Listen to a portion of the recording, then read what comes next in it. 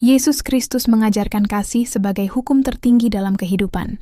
Ia mengajarkan untuk mengasihi Tuhan dengan segenap hati, jiwa, dan akal budi, serta mengasihi sesama seperti diri sendiri.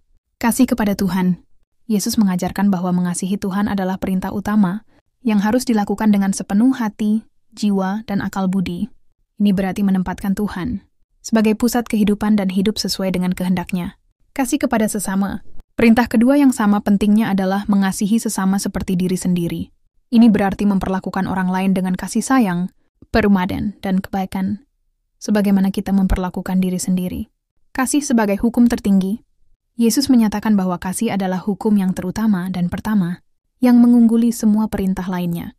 Kasih adalah inti dari ajaran Yesus dan menjadi dasar bagi kehidupan yang penuh arti. Kasih dalam tindakan.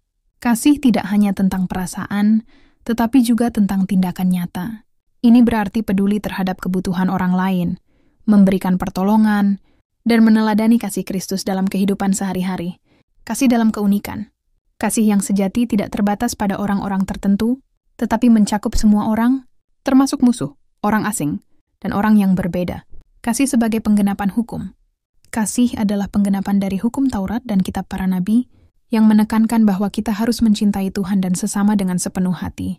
Kasih yang membebaskan. Kasih Kristus memberikan kebebasan dari ketakutan dan kecemasan, karena Ia menjanjikan keselamatan dan pengampunan bagi semua orang yang percaya. Kasih yang menyatukan. Kasih menyatukan orang-orang yang berbeda dan memungkinkan mereka hidup berdampingan dalam damai dan persahabatan. Kasih yang mendorong pelayanan. Kasih mendorong kita untuk melayani orang lain, khususnya mereka yang lemah, miskin, dan membutuhkan, karena melalui pelayanan kita melayani Kristus sendiri. Kasih yang mengubah. Kasih Kristus dapat mengubah hidup seseorang dan membawa mereka pada kehidupan yang penuh dengan sukacita, damai, dan harapan.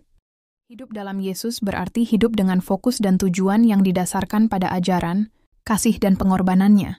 Ini melibatkan menerima Yesus sebagai Tuhan dan Juru Selamat, menuruti perintahnya, dan berusaha untuk hidup sesuai dengan kehendak-Nya.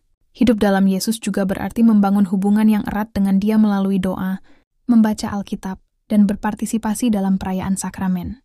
Menyerahkan diri kepada kehendak Tuhan.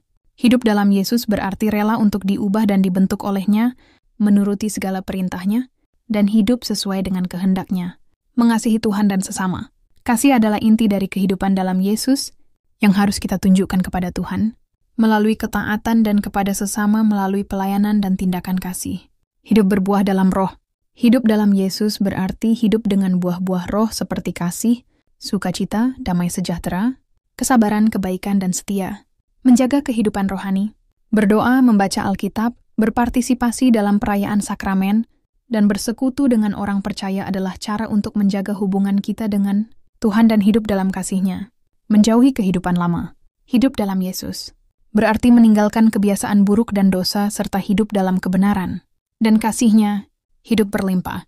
Yesus menjanjikan kehidupan yang berkelimpahan bagi mereka yang percaya dan hidup dalam kasih-Nya yang bukan hanya tentang kekayaan duniawi, tetapi tentang kedamaian, sukacita, dan kekuatan untuk menghadapi segala situasi. Jalan sengsara dalam konteks Kristen merujuk pada perjalanan Yesus Kristus, dari penghakiman hingga penyaliban di Bukit Golgota. Jalan ini dikenal juga sebagai Via Dolorosa dalam bahasa Latin, yang berarti jalan penderitaan. Jalan sengsara seringkali dirayakan dalam ibadah jalan salib, sebuah devosi yang dilakukan umat Katolik untuk merenungkan penderitaan Yesus Kristus melalui 14 perhentian.